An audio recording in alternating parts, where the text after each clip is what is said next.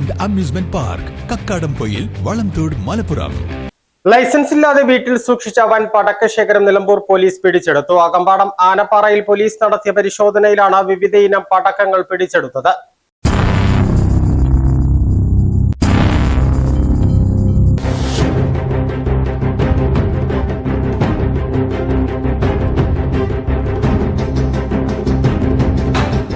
Licence ഇല്ലാതെ വീട്ടിൽ സൂക്ഷിച്ച പടക്കങ്ങൾ നിലമ്പൂർ പോലീസ് പിടിച്ചെടുത്തു. അകമ്പാടം ആനപ്പാറയിൽ പോലീസ് നടത്തിയ പരിശോധനയിലാണ് വിവിധയിനം പടക്കങ്ങൾ പിടിച്ചെടുത്തത്.